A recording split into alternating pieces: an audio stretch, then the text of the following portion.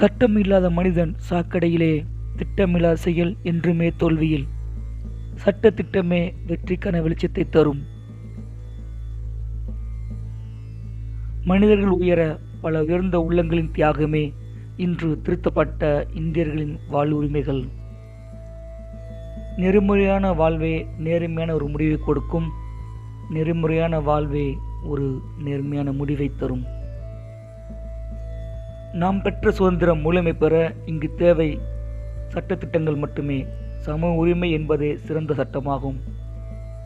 அனைவருக்கும் இனிய குடியரசு தின நல்வாழ்த்துக்கள். அனைவரும் சமம் என்பதை தெரிந்து கொள்வோம். இந்தியர் என்பதில் பெருமை கொள்வோம்.